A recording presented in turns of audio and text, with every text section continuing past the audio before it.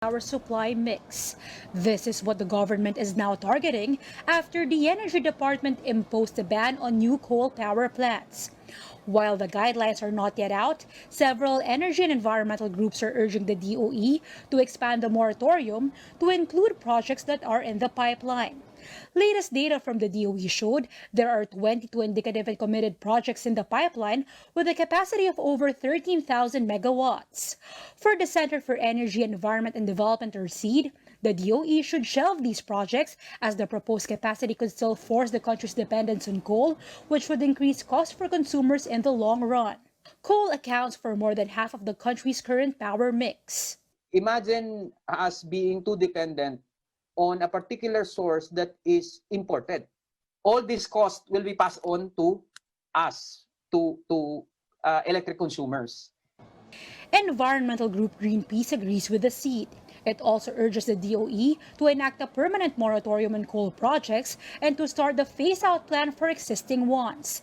Greenpeace adds that the DOE's policy direction should send a strong signal to major players to redirect investments to renewable energy.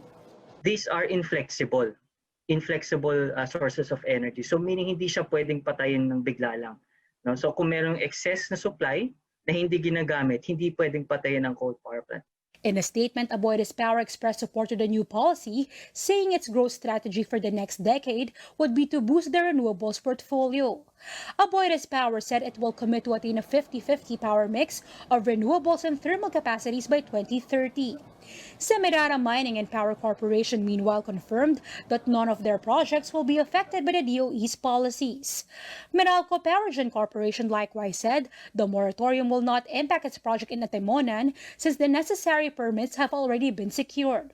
The firm said it is also implementing high-efficiency low emissions on its coal projects.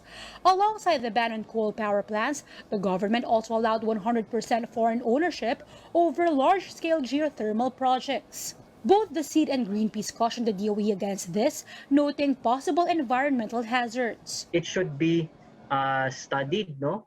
And dapat dumaan to sa malalim na proseso ng consultation. How can we ensure that that the government and Filipino companies will benefit?